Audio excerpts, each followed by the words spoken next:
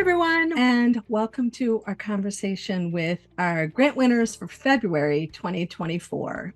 Today, we have the pleasure of chatting with Dr. Audrey VanPelt of Legacy Chiropractic Center, who's our business-specific grant winner. We have Jasmine Burns of jtpmath, who's our startup grant winner, and Lisa Oberst of Womads, who's our Amber grant winner. For anyone who may not have heard, at the end of 2023, Women's Net decided to increase the number of $10,000 grants that we give. So we went from 1 to 3. The startup grant is for entrepreneurs who are in the idea phase of developing their business or who've started but haven't yet hit $10,000 in total sales. The business-specific monthly grant is for a company that operates in that month's category. For February, it was health, fitness, and wellness. And our Amber grant is open to all women business owners in the US and Canada. So those are our winners. And I'm Marsha Layton-Turner. I'm one of several Women's Net Advisory Board members. And I have the great pleasure of speaking with these fabulous women business owners. So thank you all so much for making time to chat with me today. Let's start at the beginning. And if we could just kind of go down the row and have each one of you tell everybody a little bit about your company and how you came up with the idea. And I'm going to go just based on who's on my screen in what order. And Dr. Audrey, could you tell us a little bit about your company? Sure, I'd love to. So my journey's been kind of a little bit of fun. I used to be a self-employed hairstylist for 32 years and decided he was not going to let me retire doing that. So I started thinking about what else I could do. I ended up deciding to go to chiropractic college and was having thrill with that part of all of it. I named my company Legacy Chiropractic because for me, it was about changing not only my family's legacy, where health and wellness is concerned, but also, changing other people's legacy of health. Because that's really the only thing that we have that we truly can control and be able to pass on the benefits of that to our families and our loved ones. So that's kind of where my name came from.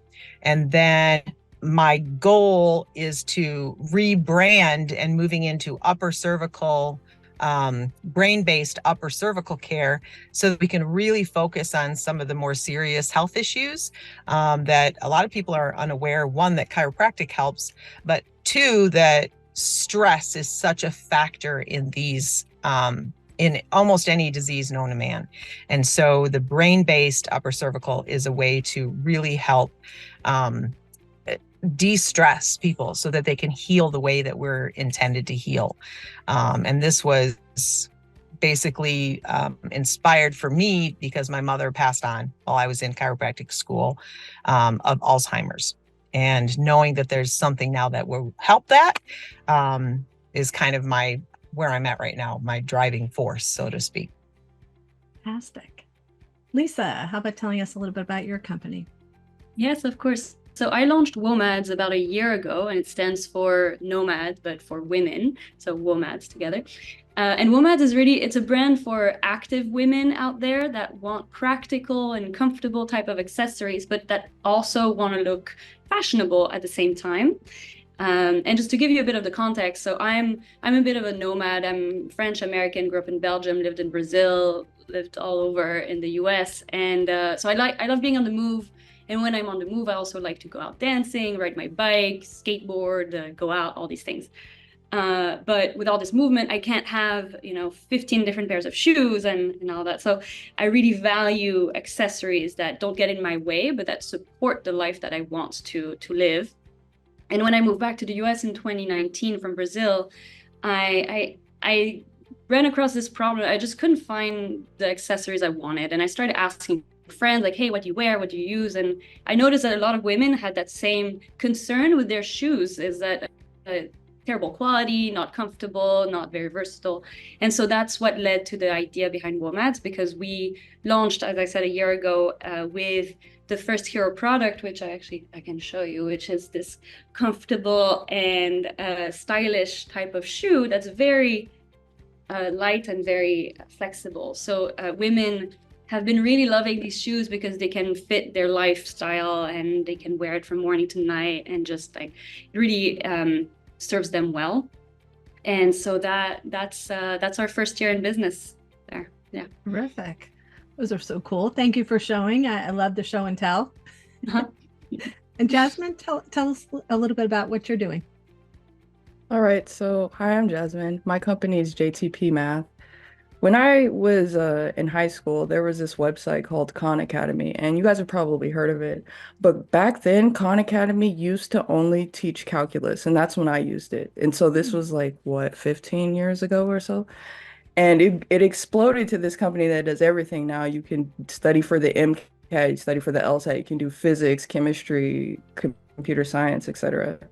Well, I like that idea of having education available to everyone, no matter what, especially like people that want to learn higher level mathematics, but may not ever go to graduate school, may not ever want to even go to graduate school. And I wanted to communicate that with a wider audience. And so this last December, there was a woman who had posted on Facebook that she needed help with a statistics course. She was about my age. She's doing a business degree. She had never really taken stats, and she said that she was failing the class and she was about to just leave her whole program entirely. And so I worked with her for 3 weeks, and we got her from failing to actually an A in the class by the end of the semester. Yeah, I was even surprised because we were working pretty hard. And so I thought, okay, well, she's not the only one like this, right? There are tons of people like this. Maybe I can help more people if I make it available to more people. And instead of just doing it locally, let's do what Khan Academy did. Let's put it out on the web, like available for anyone. And so that was my motivation behind it. Awesome. Wow. Yeah, I could have used your help on stats.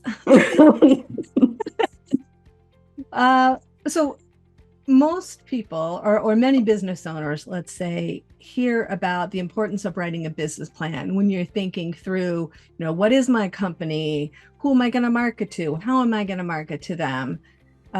But some people think that you only need them when you go for financing. So I know not all business owners create them. Did any or all of you put together a business plan?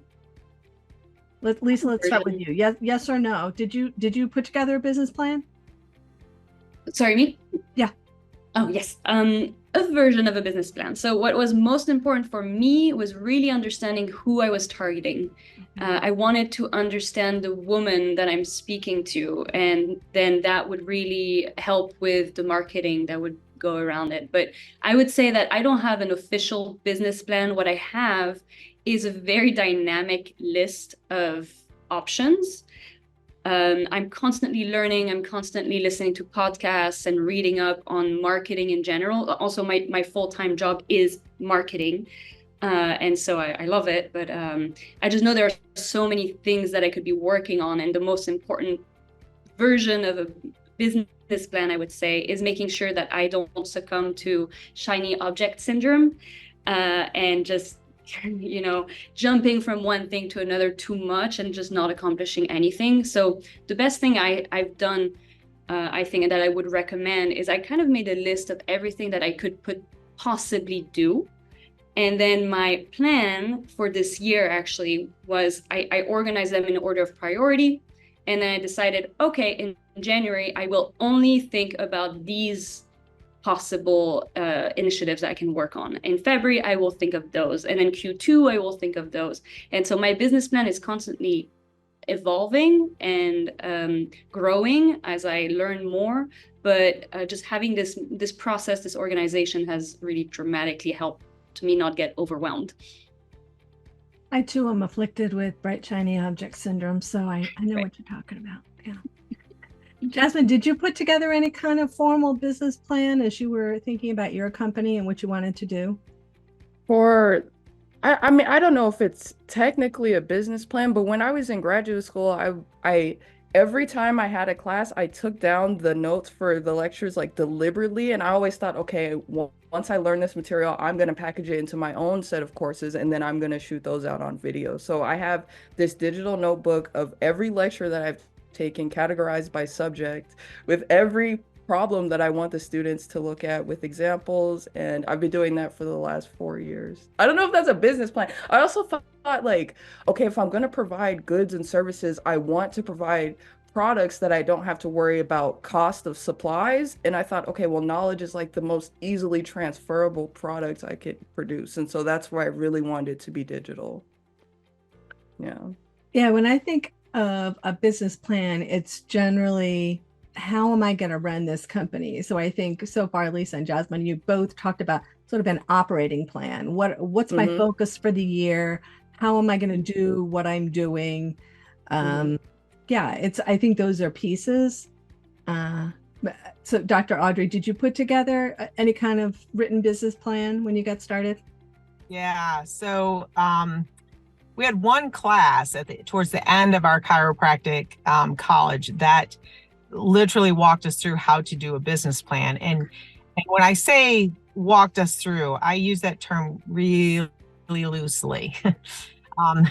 So I would say, a piece of advice for anybody looking into trying to build a business plan, where you're looking at, okay, what are my demographics? And, if you have a store, where am I going to put it? And, what kind of money am I going to need, and what's going to go into my office? For me, it was all, equipment and all of that, is finding a good mentor, because it was a process. And the one thing that I really feel that I lacked was a focus on who my patient was going to be, my ideal patient. I had people ask me that all the time, but for me, I'm like, okay, anyone with a spine literally needs chiropractic care. So it was very broad based. And so Lisa, when you said you were very clear about who your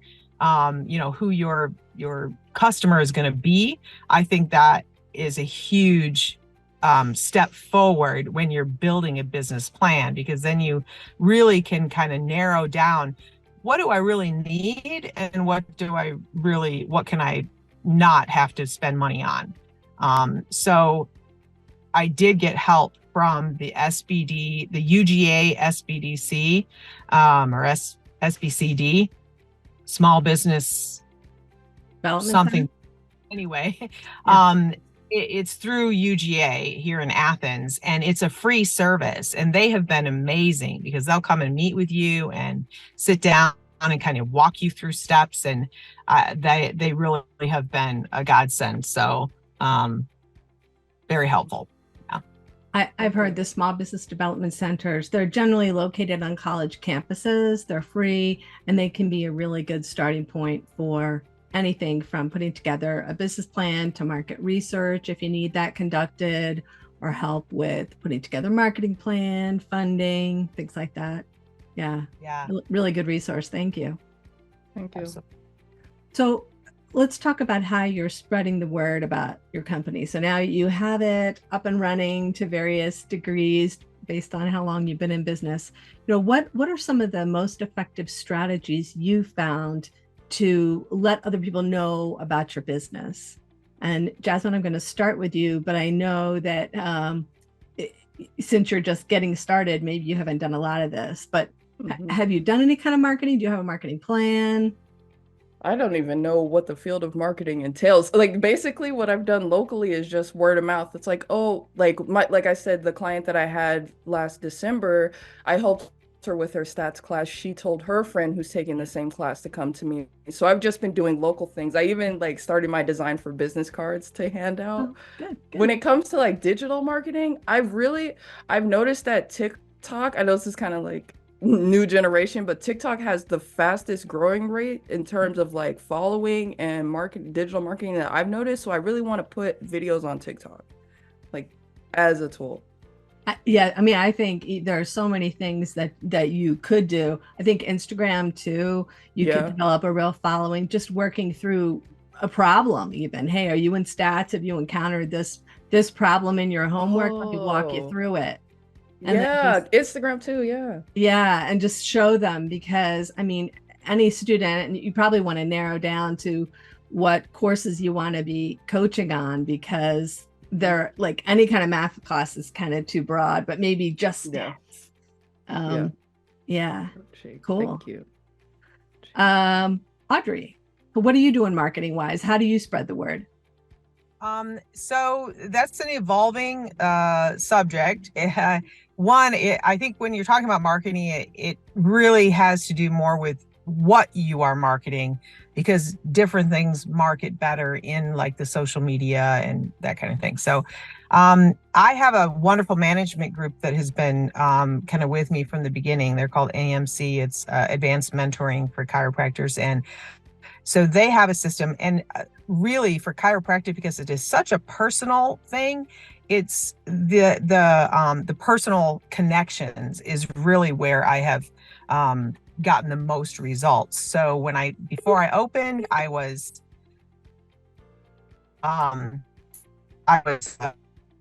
doing You're breaking up a little bit. Sorry, Audrey. in the business, basically shaking hands thing. And so now I've found that definitely online marketing is going to be helpful. And I have just discovered AI.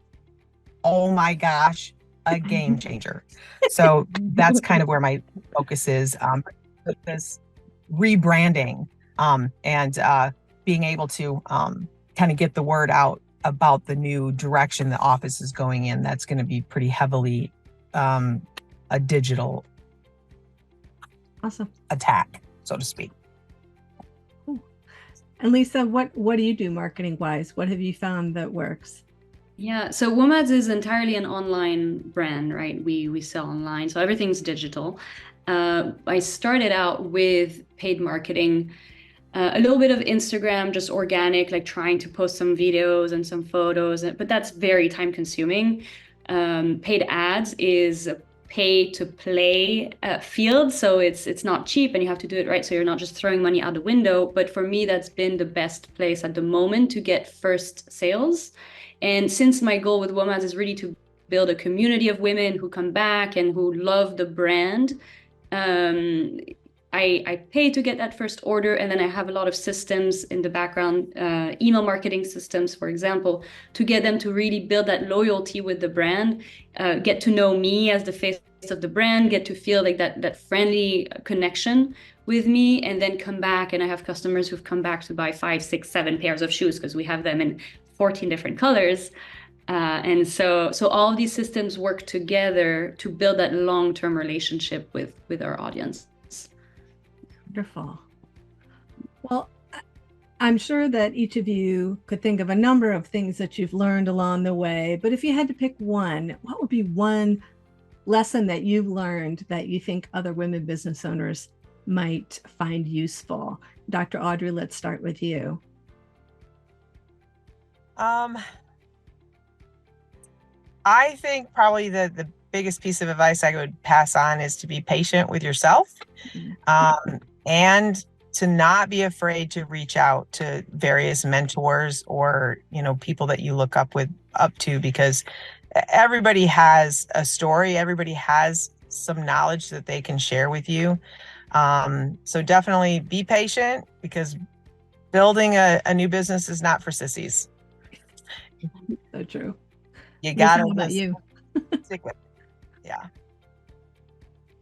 I would second what you just said, Dr. Audrey, and really reaching out to others, I think is it's a little bit difficult, I think, especially for women sometimes, to reach out and ask for help. But I have just been so touched by how much help I've gotten from strangers, friends of friends who are in the field that I need to learn about, or things like that. So reaching out is definitely something to do. And then in terms of lessons learned, this is very specific to e-commerce, but I over ordered last time I placed an order of the shoes, and there are a lot of consequences to that I did not fully anticipate or calculate in terms of storage payments and things like that. So I would say maybe spend a little bit more time than I did just calculating all the possible costs and making sure you make the right decision. But Nike did the exact same thing, I hear, and has over-ordered millions of dollars. So I'm fine. But you're in good company. Jasmine, how about you? Any lessons learned you could share? Wow. I definitely wrote the same things. Well, I wrote Have Faith in Yourself, which is similar to Mm. Patience. It is more about believing in things you can't see and just knowing that if you have an idea, really push through it because there's a reason you have that idea and it's not for nothing. So I think that's really important one. Also, if you ever need help with business costs, JTP Math is right here for you. Plug, I love it. Very smart. So, as we're sharing this with the Women's Net community, which consists of other women business owners, what's one thing that members of our community can do to support you? Lisa, let's start with you. What can they do? Come to your website, sign up for a newsletter? What would be useful? Yeah, well, definitely come check out the new website I launched. It's womads.co. And if you want to sign up for the newsletter or sign up for Instagram, and if you like the shoes, feel free to get a pair. Awesome. Jasmine, how about you? How can we support you?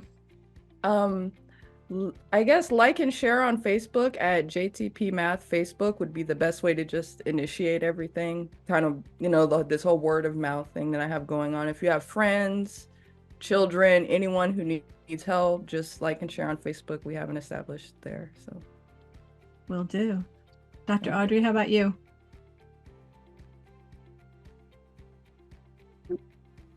Oh, Audrey, are you frozen? Oh, looks like maybe she is. Well, thank you all so much for giving me your time today and talking about your business. It's been so fascinating and always fun to hear about our winners. And congratulations again for being our 3 February Grant Award winners. thank you so Thank much. you so much.